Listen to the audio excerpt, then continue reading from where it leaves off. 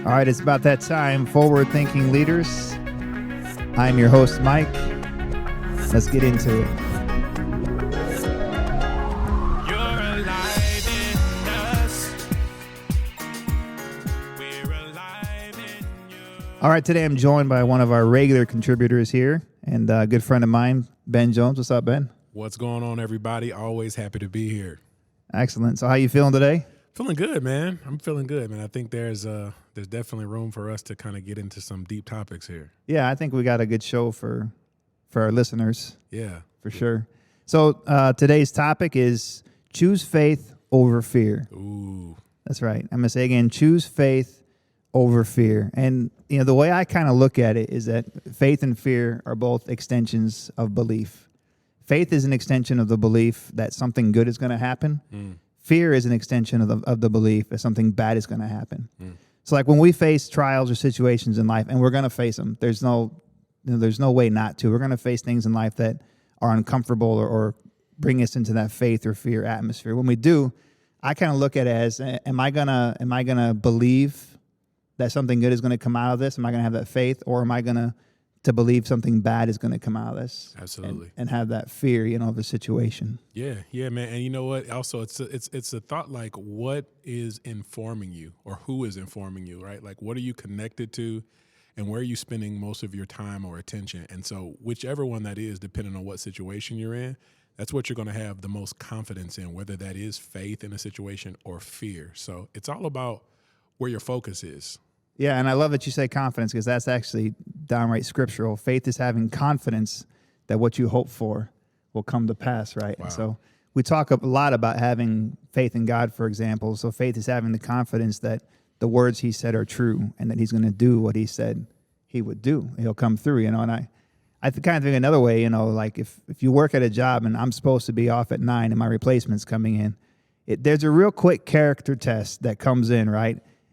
People who are always habitually late, not reliable, you don't have the faith that they're going to show up on time because they haven't earned that trustworthiness, right? You begin to fear, I'm going to be late, Right. and that just builds up over time. Yeah.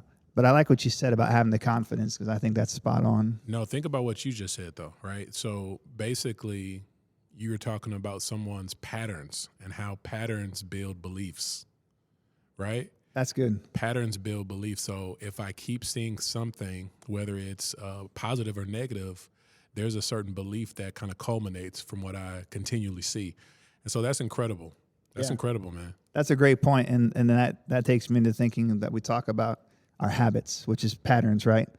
In this study that I did with my wife, Andrea, basically the whole study was about your habits, which I never really connected like that, though, to your beliefs and your patterns. But basically what it ultimately taught was that our habits never change unless or until the desire and need and the character from within rises up to a point to where it has to change. Man, that is so good. That is so good. And I'll be honest with you, Mike. Like, I'm gonna be 1,000,000% honest right here.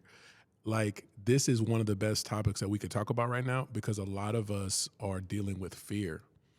And I think what can help us with kind of these talks is it helps us confront certain things and uncover why we're afraid of certain things. Man, society's dealing with a whole lot of fear, man. Yeah. Whole lot of fear. Fear of how we're raising our children, financial, health-wise. And so I'm really wanting to get into this, so we can kind of discover some areas where we can confront fear and maybe replace it with faith. Yeah, you're spot on with that, because I even think about even the way that TV commercials have gone and radio commercials and everything. It really, if you begin to watch the underlying message that's being shared, a lot of times it's kind of trying to prey on your fear, like buy this product or else, or you better sign with us or else, and it really kind of taps into that fear zone for a lot of us, and that's a good point. Yeah, and just to add to that, I know we're going to get into some other things, but just to add to that really quickly, when you move and you're motivated by fear, let's say with the product, once you buy the product, you're still not settled,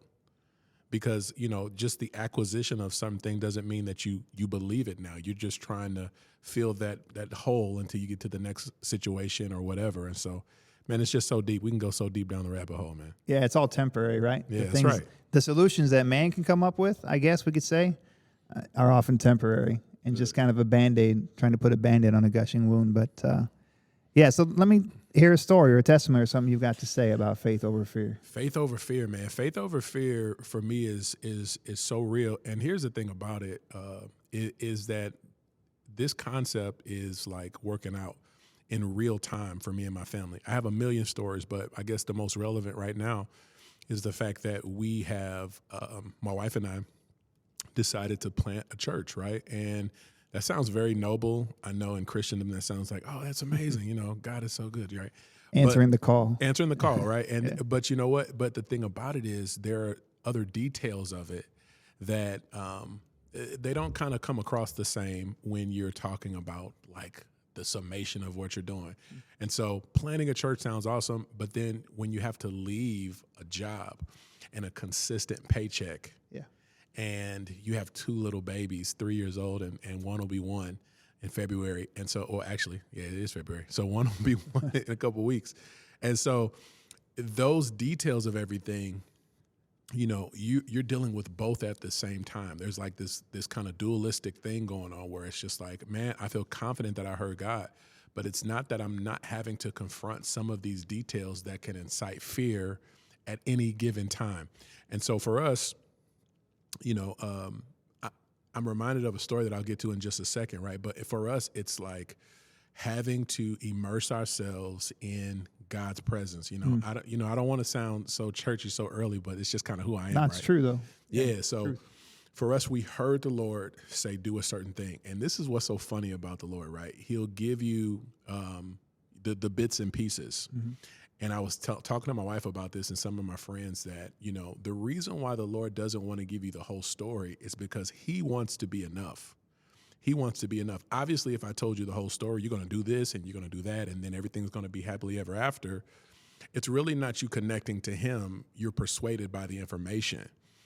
And God wants to be enough. I don't want the information to persuade you. I want you to know that I'm enough. Mm-hmm. And so God will tell us, you know, he was talking to us toward the end of 22 and was just like, you know, now is the time to do this thing. And you know, it's just this humanistic thing where you want to know, okay, got some babies, got daycare, got bills and all this kind of stuff. Yeah. No, it's just time. And it's time to communicate to your pastor that we need to make this move. And so I talked to V about it.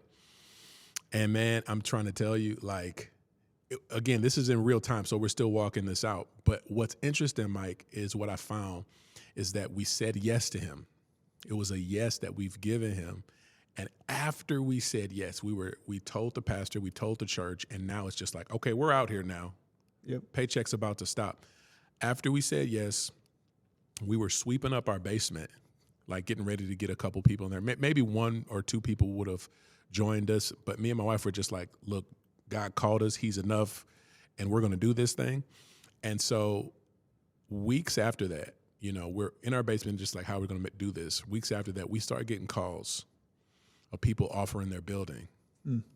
We started getting calls, text messages, and emails of people saying, hey. And they're calling you. They're contacting you. They're contacting, okay. they're contacting us. And they're calling us saying, we want to be a part of what God is doing in your life. And so it was just this kind of sudden influx of resources and people and donations and all of these things that God knew the whole time.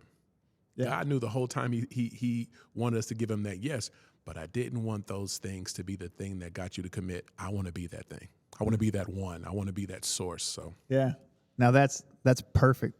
And there's so many things that you said that we could unpack, right? But just for the sake of staying on topic, the first thing is you had to obey, right? Because we know that without obedience, we're lost, right? I mean, you just have to. But the other thing is once you took a step forward, you knew that, you know that you're going to face trials and circumstances. You know you're going to. And the problem with fear is that it leads to anxiety because fear is really a lack of trust in God. And I'm not preaching to anyone. I'm there. Like I've had plenty of testimonies and times in my life when I gave into fear for a time, right?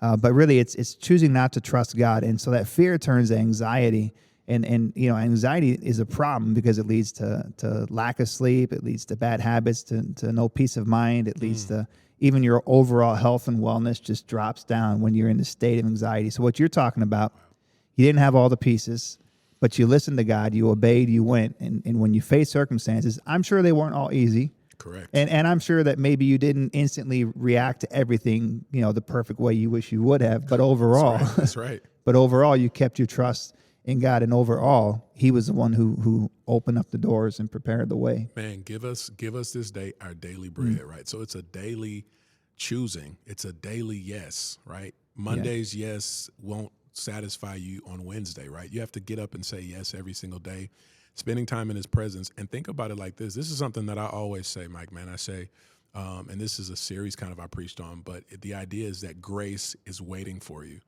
And so we were in a series where I was teaching from the book of Ruth. And the book of Ruth, man, you're talking about someone who, just in a summation of it, right? So Ruth is committed to Naomi, and Naomi's going back to her hometown, right, in Jerusalem, in Bethlehem. And she is now, Ruth is now committed to her, leaving her native country, abandoning her God, her family, all these things. And Naomi tells her, she says, look, I'm not promising you anything great. I can't give you another son and all this other kind of stuff. Yep. And so here you have Ruth who, despite all of the things that she's leaving her comfort zone, she commits to Naomi, not to any promise. Follows Naomi, gets to Boaz. We know the story a little bit, right? She gets to Boaz, his field, and there's all this favor. There's all this blessing. And so the idea is that grace is waiting for you because Ruth is a foreigner. And so what I tell the church all the time is grace is waiting for you in foreign territory.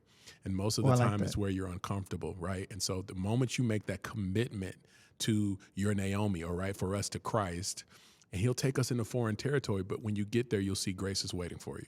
I like that. Yeah, so in most every situation, the opportunity for faith or fear are both there. And actually this morning, before I met with you, I went over to a friend's house to spend time with her and to pray and things like that. And what she's going through right now is just crazy. Emergency surgery that she had to have, which led to the discovery of cancer. And it's inoperable cancer, but there are other treatments, like chemotherapy and radiation and stuff. So they're looking into all that. So we're sitting there and I'm talking with her and we're friends and we're kind of catching up on other stuff at the same time. And I'm just sitting there thinking, man, her demeanor is so peaceful. It's so calm. It's so like with all this uncertainty, with the inoperable cancer, with all the things that she's going through right now. And I'm just sitting there. I went to encourage her, but for sure it was the opposite. I was the one who was encouraged because I realized, obviously knowing that you and I were going to meet today on this, I realized that is a perfect example of somebody who is faced with a situation that is going to result in faith or fear. That's just incredible. Is. And I'm sure that she's had moments where the fear took over. I'm sure she's had sleepless. In fact, she told me she's not sleeping very well all the time. Mm-hmm. There's things like that are happening, but her resolve to just trust God and to just leave it into his hands and to take it one day at a time, her resolve to keep believing he can heal while at the same time going to see the doctors and seeing what the recommended action is, just her resolve. It was just incredible. And I was challenged by it, because that's faith. It's not like you're going to lose a game or something like that, right? I mean, this is her life. Right. And she's just choosing to trust God when she could be. Nobody would blame her for giving into the fear.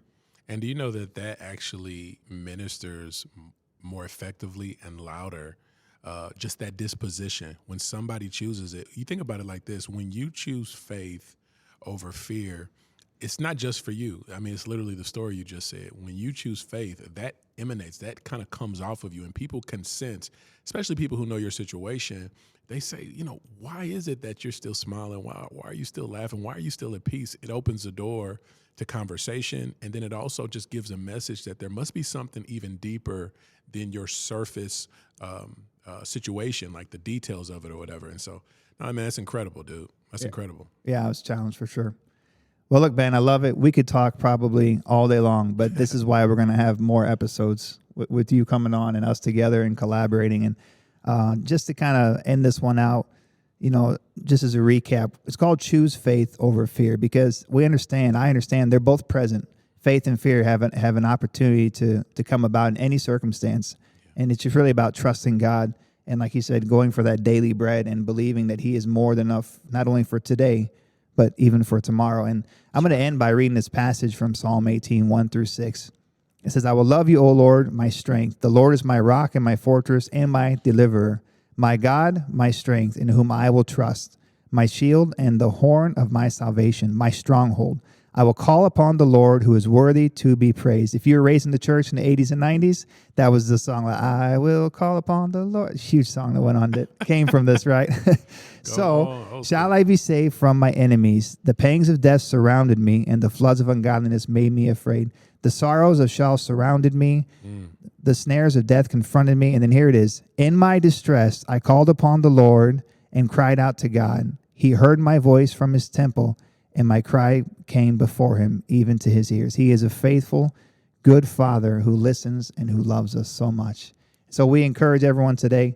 I understand the grind. I understand the situations. I understand it's constantly evolving, but more and more every day, let's choose faith over fear. You got anything to say, lastly? Man, I just say it's where you put your focus at, right? Caleb said, looking at the same land of Canaan that everybody else did, he said, we are well able to take this.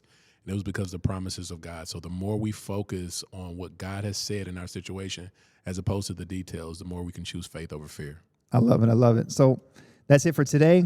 Let's continue to just put God first and stay alive in him. We're alive in you.